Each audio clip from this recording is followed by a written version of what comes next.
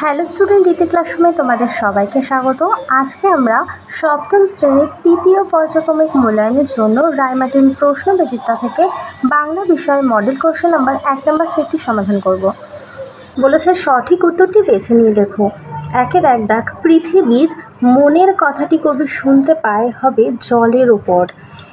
2 ননিবালা দেবী অমর চ্যাটার্জি ও তার কয়েকজন সহকর্মীকে আশ্রয় দেন, উত্তরটি হবে কদাক রিসরাতে। 3 তিব্বতীদের প্রধান ব্যবসা ছিল হবে পশম। 4 হে রুদ্রবীণা বাজো বাজো বাজো কোন কবিতার পংক্তি হবে ভারত তীর্থ। 5 এক গঙ্গা জল দিয়ে তাই ধুচ্ছি, একথা কে বলবে, উত্তরটি হবে মা বলবে। পরের প্রশ্ন, বইটই কবিতাটি কার লেখা হবে প্রেমেন্দ্র মিত্র। 7 একটি বিদেশি প্রত্যয় যোগে গঠিত শব্দ হবে ফাঁকিবাজ। 8 শূন্যস্থান পূরণ করো, ব্যবহার যোগ ইক হবে ব্যবহারিক। পরের প্রশ্ন 9 গাড়িটি ফতেহ-সিংপুর ছাড়লো। এখানে ফতেহ-সিংপুর পদটি কোন কারককে নির্দেশ করেছে হবে অধিকরণ কারক। 10 দুই বন্ধুতে কি হাসায় না হাসতে পারে। এখানে হাসায় শব্দটি কোন জাতীয় কর্ম হবে সমধাতুজ কর্ম। অনুসর্গগুলি হলো অর্থ থাকতেও পারে আবার নাও থাকতে পারে। চলে যায় 2 দাগে, বলেছে 2-1টি বাক্যে যে কোনো 3টি প্রশ্নের উত্তর দাও। 2-1 তোমাদের ওখানে এতদিনে বোধহয় বর্ষা নেমেছে, কার উদ্দেশ্যে কবি কথা বলেছেন? রবীন্দ্রনাথের স্নেহধন্যা রানুর উদ্দেশ্যে কবি কথা বলেছেন। পরের প্রশ্ন, কোন দুজন বিখ্যাত বাঙালি তিব্বতে গিয়ে বোধিসত্ত্ব উপাধি লাভ করেছিলেন হবে শ্রীজ্ঞান অতীশ দীপঙ্কর এবং শান্তরক্ষের। 2-3 দাগ, এই সময় মাঠে রেফারির বাঁশি বেজে উঠল, রেফারিটি কে? দিব্যেন্দু বাবু। 2-4 ননিবালা তখনই দরখাস্ত লিখে দিলেন। ননিবালা দেবী কাকে দরখাস্ত লিখেছিলেন? ননিবালা দেবী আইবি পুলিশের স্পেশাল সুপারিনটেন্ডেন্ট গোল্ডি সাহেবকে দরখাস্ত লিখে দিয়েছিলেন। এবার দেখো 3 দাগে 2-3টি বাক্যে যে কোনো 3টি প্রশ্নের উত্তর দাও। 3-1 মার অভিষেকে এসো এসো তর, এখানে কোন মায়ের কথা বলা হয়েছে? দেশমাতা অর্থাৎ ভারত মাতার কথাই বলা হয়েছে। 3-2 সূর্য ডুবে যাওয়ায় কথকরা দুচ্ছাই বলেছে কেন? সূর্য ডুবলে খেলা শেষ করে বাড়ি চলে যেতে হবে বলে ছোট ছোট ছেলে মেয়েরা বিরক্ত হয়ে দুচ্ছাই বলেছে। 3 বইটই কবিতায় বই পড়া মিছে হয়ে যায় কখন? এখান থেকে দেখো বই তো পড়ো টই পড়ো কি, তাই তো কাটি ছড়া বই পড়া সব মিছেই যদি না হলো টই পড়া, তাহলে উত্তরটি হবে টই না পড়লে বই পড়া মিছে হয়ে যায়। 3-4 আছে সে ভাগ্যে লেখা, ভাগ্যে কি লেখা আছে? দুঃখ কষ্টকে ভাগ্যের লিখন হিসাবে মেনে নেওয়ার কথা লেখা আছে। 4 বলেছে 2-3টে বাক্যে যে কোনো 2টি প্রশ্নের উত্তর দাও। 4-1 মাকুকে চালু করার বোতাম কোথায় ছিল? তার পেটের ভেতর। আর হোটেলওয়ালার আসল নাম কি? নোটো অধিকারী। 4-3 মাকুকে তৈরি করতে কত সময় লেগেছিল? প্রায় 17 বছর। চলে যাই 5 দাগে। 5-1 বিভক্তি ও অনুসর্গের 2টি পার্থক্য লেখো। বিভক্তি চিহ্নের নিজস্ব কোনো অর্থ নেই, অনুসর্গের নিজস্ব অর্থ আছে। 2 বিভক্তি চিহ্নের স্বতন্ত্র প্রয়োগ নেই, অনুসর্গের স্বতন্ত্র প্রয়োগ আছে। আর বিভক্তি চিহ্ন শব্দের সঙ্গে একেবারে একাঙ্ক হয়ে বসে, আর অনুসর্গ কখনো শব্দের সঙ্গে যুক্ত হয়ে বসে না। তাহলে তোমরা এই কোশ্চেনটা দেখো, আমরা পার্থক্য থেকে এইটুকু দেখতে পেয়েছি যে অনুসর্গের নিজস্ব অর্থ আছে, তাহলে এটা আমরা অর্থযুক্ত করব। পরের প্রশ্ন দেখো, বুদ্ধদেব বাবু ক্লাসে ব্যাকরণ পড়াচ্ছেন, এখানে বুদ্ধদেব বাবু পদটি কোন কারকের কি বিভক্তি? এখানে বুদ্ধদেব বাবু হবে কর্তৃকারকের শূন্য বিভক্তি। 5-3 তদ্ধিত প্রত্যয় কাকে বলে? শব্দ প্রকৃতির সঙ্গে যে প্রত্যয় যুক্ত হয় তাকেই তদ্ধিত প্রত্যয় বলে। এখানে উদাহরণ দেখো অনেকই রয়েছে। এরপরে দেখো আছে 2টি কৃত প্রত্যয়ের উদাহরণ। এখান থেকে দেখো দৃশ্যযোগতব্য দৃশ্যব্য, গতিযুক্তি গতি, এখানে দেখো আরও অনেকগুলো রয়েছে, তোমাদের পছন্দ মতো লিখে নাও। 5-5 অচিন্ত্যবাবু হাতে লিখতে ভালোবাসেন, এখানে হাতে শব্দটি কোন কারককে নির্দেশ করে? করণ কারককে। বাংলা প্রত্যয় যোগের একটি শব্দ তৈরি করে দেখাও। দেখো প্রত্যয় যোগের শব্দ, যেমন চল যোগ অয়ন হবে চলন। পরের প্রশ্ন, একটি প্রযোজ্য কর্তার উদাহরণ দাও।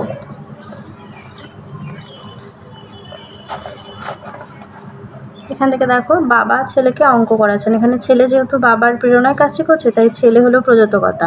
তো প্রযোজ্য কর্তা হলো কর্তা অপরের প্রেরণায় কাজ করে, একেই হচ্ছে প্রযোজ্য কর্তা বলে।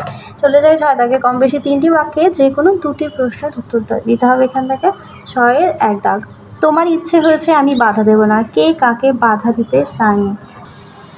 রবীন্দ্রনাথের চিন্তাশীল নাট্যাংশের প্রধান চরিত্র নরহরি তার মায়ের কাশি যাওয়ার ইচ্ছাকে মাকে বাধা দিতে চান। এরপরে রয়েছে আজকের খেলাটা, সে 6-2। আজকের খেলাটা যে খুব জমবে তাতে সন্দেহ নেই। কাদের সঙ্গে কাদের খেলার কথা বলা হয়েছে? টাউন স্কুলের সঙ্গে মিশন স্কুলের। 6-3। সমুদ্রের ধারে ঝড় কিভাবে ভয়ঙ্কর হয়ে ওঠে? সমুদ্রের ধারে ঝড় মাঝে মাঝে উপকূলের সব কিছুকে তছনছ করে দেয়, ভেঙে দেয় গাছপালা, ঘরবাড়ি। ঝড়ের প্রবল তাড়নায় সমুদ্রের ঢেউ অনেক সময় ঢুকে পড়ে লোক বসতিতে, ক্ষতি করে অনেক কিছু। এবার দেখো 7 দাগে চলে যাই। 7-1। চমকে দেবেন লক্ষ রঙের দৃশ্যে। কোন কবিতায় কে লক্ষ রঙের দৃশ্যে চমকে দেবেন? দেখে নাও।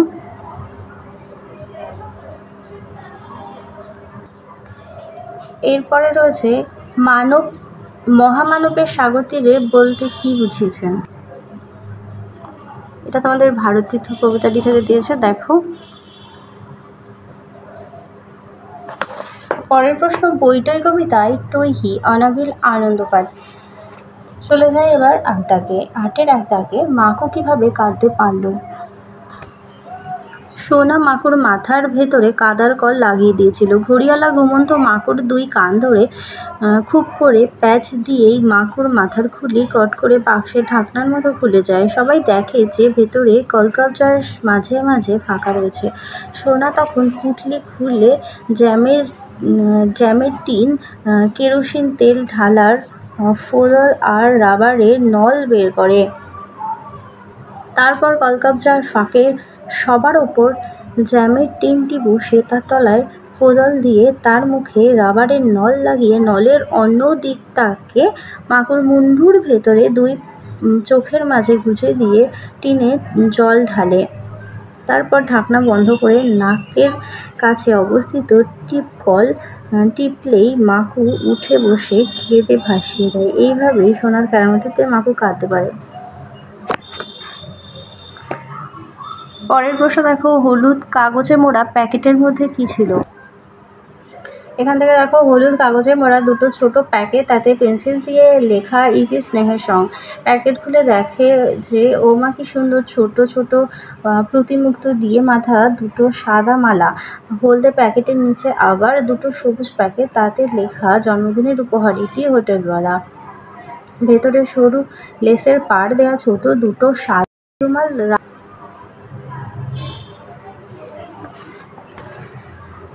চলে যায় 9 দাগে। 9-1। সেই গান কি কলকাতার শহরের হাটে জমবে? কোন গানের কথা বলা হয়েছে?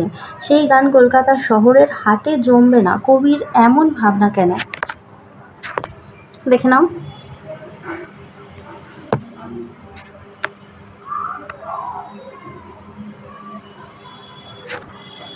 পরের প্রশ্নটি দেখো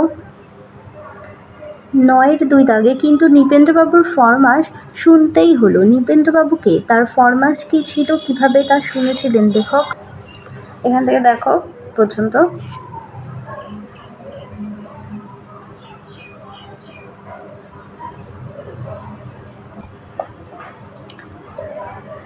9-3। এটাতে বড় বেশি ভাবতে হলো না। কার সর্বোক্তি? কাকে বেশি ভাবতে হলো না কেন? দেখে নাও। উদ্ধৃত অংশটি রবীন্দ্রনাথ ঠাকুরের লেখা চিন্তাশীল নাট্যাংশ থেকে গৃহীত। নরহরির মায়ের সর্বোক্তি। নরহরিকে বেশি ভাবতে হলো না। আর মায়ের কাশি যাওয়ার প্রসঙ্গে নরহরি প্রথমে গুরুত্ব দেয়নি, তাই তাকে প্রথমে ভাবতে হয়নি। চলে যাই 10 দাগে। এখানে দেখো তোমাদের 2টো লিখতে হবে। 10-এর 1 দাগে আছে, আমার শ্রেণীতে রয়েছে ধ্বনিতে তার বিচিত্র সুর। কোন সুরের কথা বলা হয়েছে? তাকে বিচিত্র বলার কারণ কি? কেনই বা সে সুর কবির রক্তে ধ্বনিত হয়? দেখে নাও।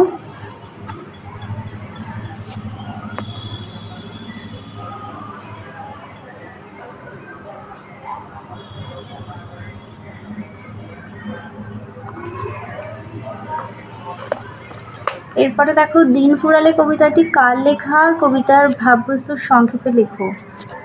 দিন ফুরালে কবিতাটি কবি শঙ্কর ঘোষের লেখা। এখান থেকে তোমরা দেখো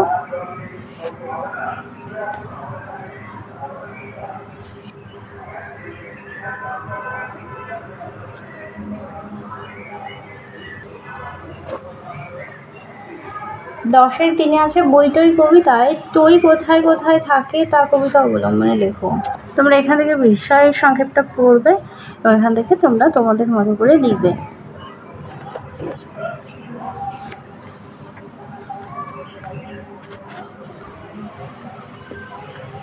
চলে যাই 11 দাগে। 11 এইসব সেই পাবে, কে পাবে, আর কি জিনিস সে পাবে, কেন পাবে।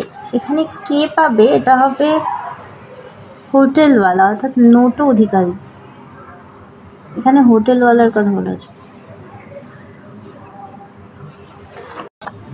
মাখো গল্পের 7 নম্বর পেজে দেখো এখানে দেওয়া আছে যে এই সব সেই পাবে। এখানে হোটেলওয়ালার জন্মদিন উপলক্ষে যে খেলা দেখানো হয়েছিল, তারপর খেলা শেষে টিম করে দুধারে দুটো লম্ফ জ্বলছে, ছাতনার মতো সবার পা ছড়িয়ে বসে কারো মুখে কথা নেই, চারিদিকে পয়সা কড়ি জিনিসপত্র ছড়ানো, আবছায়াতে সঙ্গের দল জিনিসপত্র পয়সা কুড়িয়ে মালিকের পাশে জমা করতে লাগলো। সেই পয়সার কথাই বলা হয়েছে, খেলা দেখানোর পরে যে পয়সাগুলো পাওয়া হয়েছে সেই পয়সার কথাই বলা হয়েছে যে এই সব সেই পাবে অর্থাৎ হোটেলওয়ালাই পাবে, কারণ আজ তার জন্মদিন। এরপরে দেখো পরীদের রানীর সঙ্গে মাকুর বিয়ে কিভাবে সম্পূর্ণ হয়েছিল। এখান থেকে দেখো পরীদের রানীর সঙ্গে মাকুর বিয়ে কিভাবে হয়েছিল।